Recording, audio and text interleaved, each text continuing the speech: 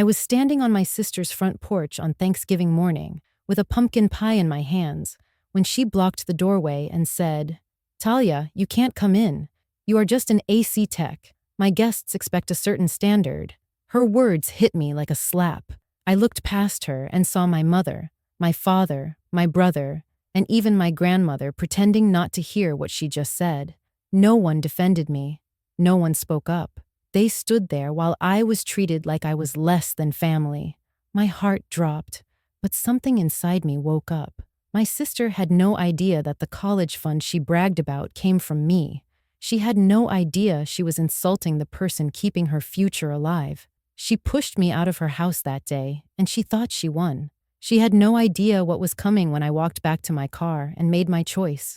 My name is Talia Rowan, and for most of my life, I have been the person in my family who kept things together. When my father lost his job years ago, I stepped up.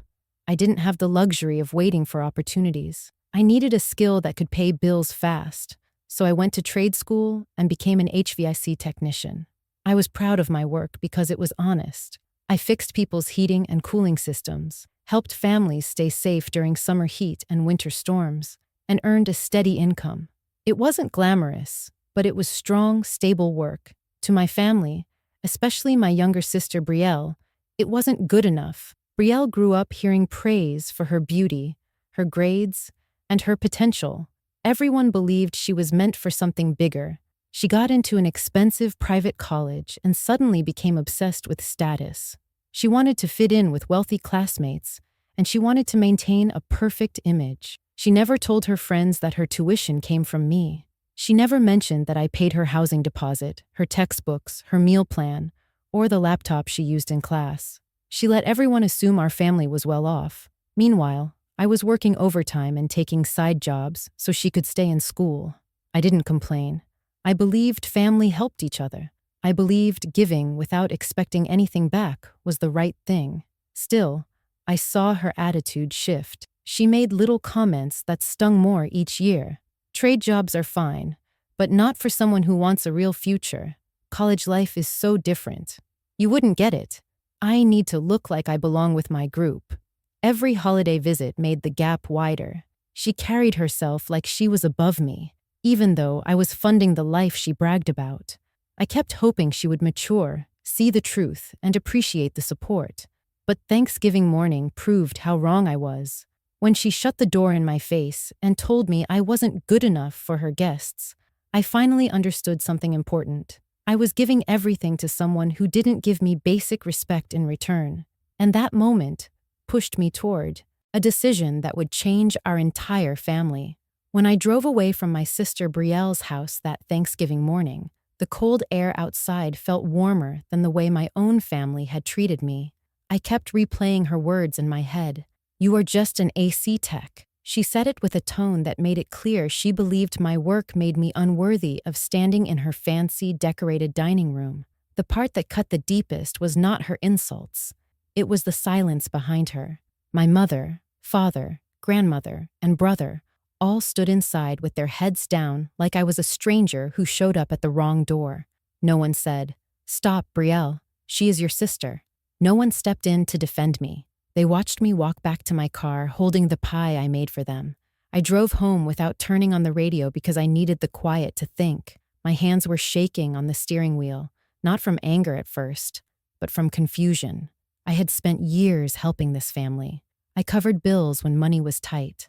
I paid for repairs they couldn't afford. I funded Brielle's entire college education because I wanted her to have a chance at a better future. Yet I was the one who made them uncomfortable. I was the one they dismissed. The longer I thought about it, the more something inside me shifted. I sat in my driveway for 10 minutes before walking inside. My house was small but warm. It smelled like the cinnamon candle I always lit during the holidays. I set the pie on the counter and looked around at the place I built with my own hands. No one helped me buy this house. No one supported me when I worked late nights to save up. Brielle never once said, "Thank you for paying my tuition." She only asked for more. I opened my phone and saw a new message from her. "Hope you did not take Thanksgiving personally. I just need things to look right. You know how college friends can be." Those words made my stomach twist. She insulted me, kicked me out, embarrassed me in front of our family, then acted like I should understand why. She truly believed she had the right to look down on me because she slept in a dorm with expensive LED lights and drank overpriced coffee with classmates who laughed at people who work with their hands. I set my phone down and walked to my bedroom where I kept a folder of financial papers. I opened it and saw every receipt from the college payments I had made: tuition, books, lab fees, dorm costs, supplies. The total added up to more than what most people earn in a year. I paid it quietly because I loved my sister, but that love had turned into something painful and heavy. As I looked at those documents, I thought about how Brielle bragged all summer that she never had to worry about money. She said things like, "Financial stress ruins your youth. I am lucky I do not have to deal with that." She never acknowledged why she did not have stress. She never considered how much weight was on my shoulders so she could walk around campus feeling superior. My phone buzzed again. This time, it was my mother. "Talia, please do not make drama today. Your sister worked very hard to plan Thanksgiving, and she did not want any issues." I stared at the message. I was kicked out, but somehow I was the one being accused of causing drama. I typed a response. "I did not cause anything. I came to be with family." She replied, "You could have tried to fit in better. You know Brielle gets nervous about what people think." There it was.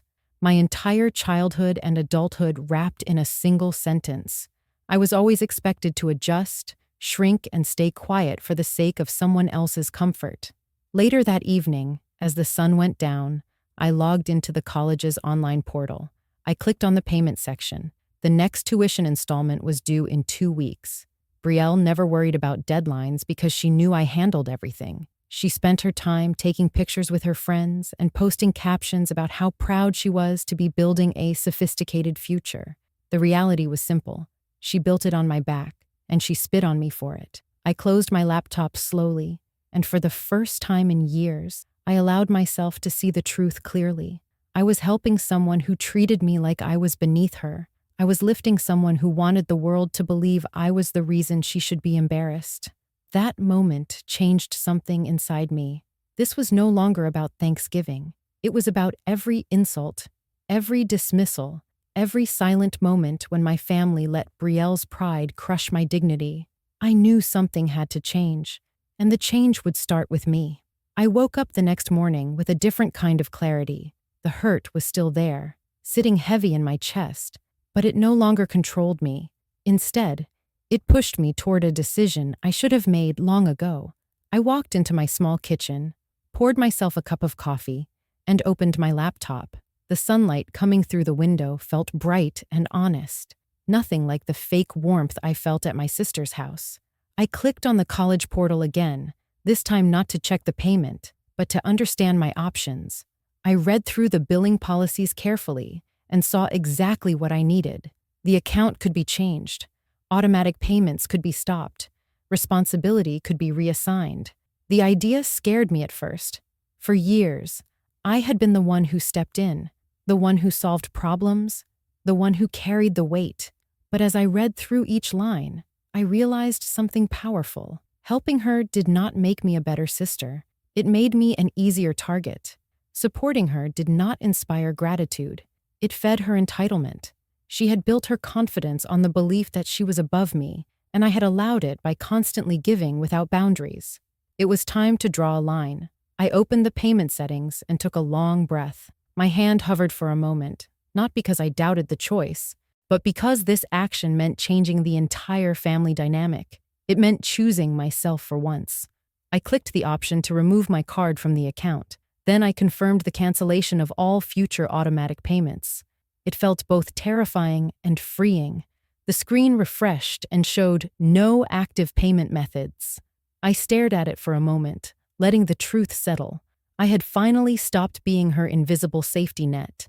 After doing that, I took my phone and typed a message to Brielle. My hands were steady this time.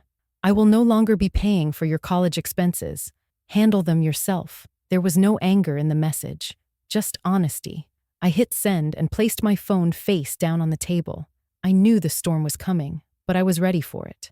It didn't take long. 15 minutes later, My phone lit up again and again. I didn't check the messages. I wanted my decision to settle before hearing anyone's reaction. Instead, I cleaned the house, folded laundry, and tried to enjoy the quiet. But eventually, the notifications became impossible to ignore. I picked up my phone and saw 10 missed calls from Brielle, 3 from my mother, and 1 from my grandmother. There were more than 20 messages waiting.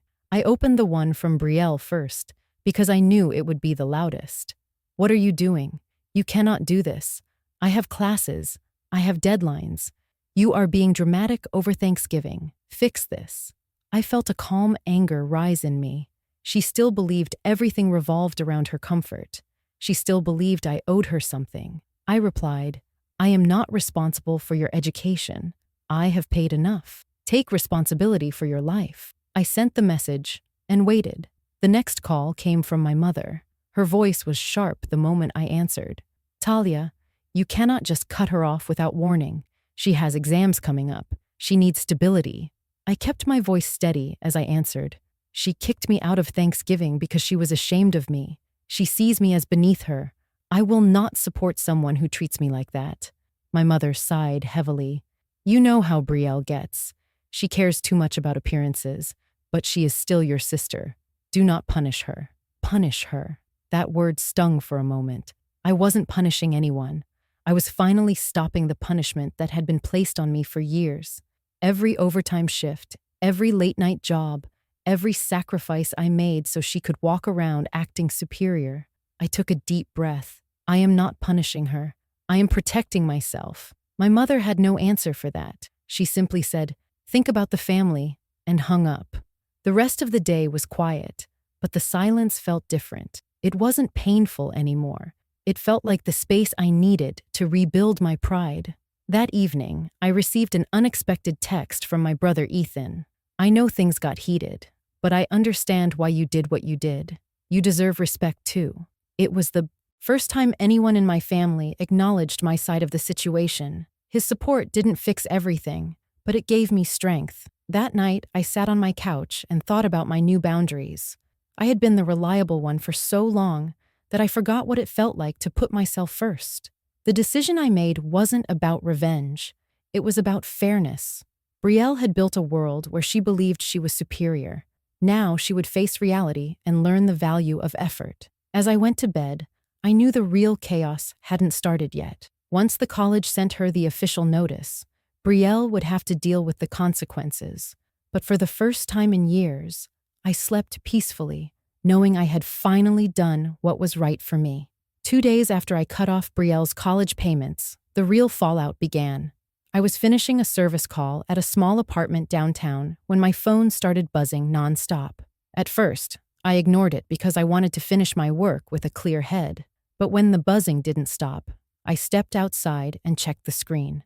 I had 6 missed calls from my mother, 4 from Brielle, and 3 from numbers I didn't recognize. Something told me this was more than another round of insults. I listened to the newest voicemail from my mother. Her voice was tight and strained. "Talia, call me now. It's urgent." I called her back immediately. She answered on the second ring. They emailed her. The school emailed her. She cannot register for her next semester. They want the remaining balance paid by the end of the month. Her tone made it sound like a disaster had happened, like a storm had wiped out the whole town. But the truth was simple. Brielle was finally experiencing responsibility. Still, hearing the panic in my mother's voice brought a strange mix of emotions. I felt guilty for a moment, then frustrated that guilt was my first reaction. "What does she want from me?" I asked calmly. "She says you have to fix this," my mother replied. "She says you owe her because you started paying for college in the first place." I took a long breath. I don't owe her anything. I helped because I chose to. I am done. There was a long pause before my mother spoke again. "She is crying. She says her life is ruined." Her life was not ruined. It was interrupted. There was a difference. When I got home that evening, I found a long message from Brielle. It was full of anger and blame. "You have destroyed my future. I cannot believe how selfish you are. You are doing this because you are jealous that I am going somewhere in life. You are bitter because you stayed in a trade while I am in a real career path. Fix this now, or you will regret it. Her words were sharp, but they no longer cut the way they used to. I read the message once, then set the phone down. Brielle had always believed she was above me. She believed college made her valuable, and my work made me small. Now that her comfort was threatened, she was desperate to regain control. Later that night, I received a call from someone I did not expect, my grandmother, Marion. She rarely called me unless something serious was happening. Her voice was slow and measured. "I heard what happened," she said. "Your sister is upset, but I want you to understand something. She shamed you. She threw you out of the house and acted like you were not family. What she did was wrong." Hearing that surprised me. My grandmother was traditional. She always taught us to keep the family image clean and to respect hierarchy. "I know you think helping her is the right thing," she continued, "but helping someone who insults you is not kindness. It is allowing them to forget decency." Her words were the first real support I had received from anyone older in the family. I thanked her and felt something shift in me. For the first time, someone from the previous generation acknowledged the truth. The next day, the situation escalated again. Brielle showed up at my house unannounced. She knocked loudly, and when I opened the door, she stormed inside without waiting. "You need to call the school right now," she said. "They are threatening to remove me from the program. You cannot do this to me. My friends will think I am a joke." I stood there and let her finish. "I will not pay another $1, I said firmly. "Not after the way you treated me." She stared at me like she could not comprehend what I was saying. "That was one day," she argued. "You are being dramatic. You know how nerves get during events. You embarrassed me with your work clothes. I had to make a choice." Her honesty shocked me. She admitted she cared more about appearances than her own sister. "You didn't make a choice," I replied. "You made your priorities clear. I am not ashamed of my job. I am ashamed of how you acted." Brielle's face changed. Anger faded into something new. "Fear. They are going to take me out of my program," she whispered. "I do not know how to fix this." For a brief moment, I felt sympathy. Then I remembered the door shutting in my face and the mocking tone in her voice. "This is your responsibility now," I said. "You will have to work, take a loan, or speak to financial aid. This is part of being an adult." She left my house in silence, and for the first time since Thanksgiving, I felt a deep, steady peace settle into my chest. The woman who believed she was above everyone was finally standing on the same ground as the rest of us, and she would either learn from it or fall. The outcome was in her hands now, not mine. The weeks following Brielle's meltdown created a strange quiet around my life. It was the kind of quiet that comes after a storm has finally passed. No one in my family reached out right away. I think they were all adjusting to a reality they never imagined. They were used to me stepping in, fixing problems, filling gaps, and carrying responsibilities without question. They never considered how heavy that burden was. When I finally set it down, they did not know what to do with the weight they had been handing me for years. During the first week, I focused on my routine. I went to job sites, handled customer calls, and repaired heating systems as winter temperatures dropped. I worked with pride, not shame, because my job was honest and necessary. Every time a family thanked me for keeping their home warm, I felt a deeper appreciation for the path I had chosen. I no longer wished I had followed the image of success my family worshipped. My version of success was real. It kept me grounded. It kept me strong. Meanwhile, Brielle was living a completely different reality. She tried ignoring the college's warning at first, believing someone would rescue her. That was her pattern. She panicked, cried, complained, then waited for someone else to clean things up. But this time, no one stepped in. Not me, not our parents, not anyone. The school finally sent her a letter requiring immediate payment or withdrawal from her program. For a girl who always believed life should be effortless, it was a shock she could not avoid. My mother eventually called me again. Her voice had softened a little. "Your sister is looking for part-time work," she said. "She is overwhelmed." For years, I wanted Brielle to learn accountability, but hearing that she was struggling tugged at my heart.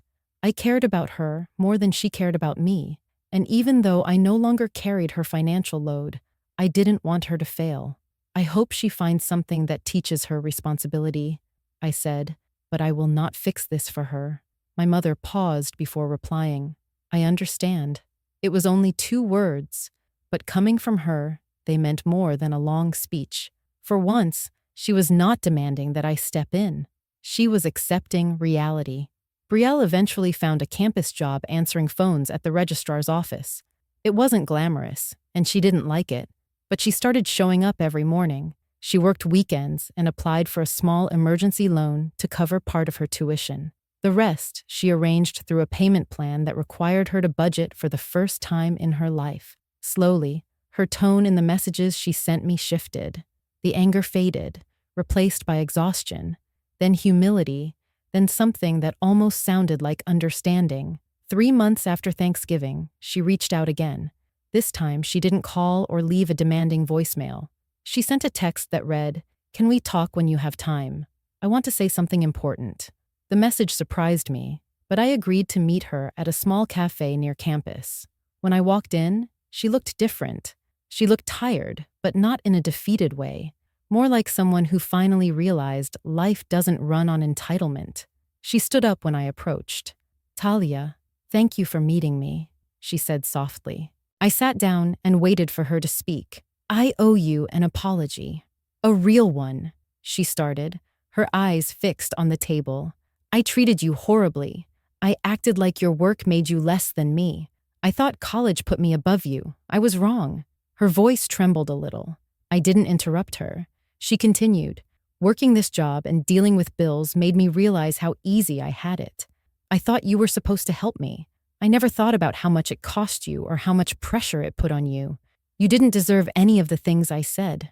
The apology didn't erase the pain of that Thanksgiving morning, but it reached a place inside me that had been waiting for acknowledgement. "I appreciate that," I said.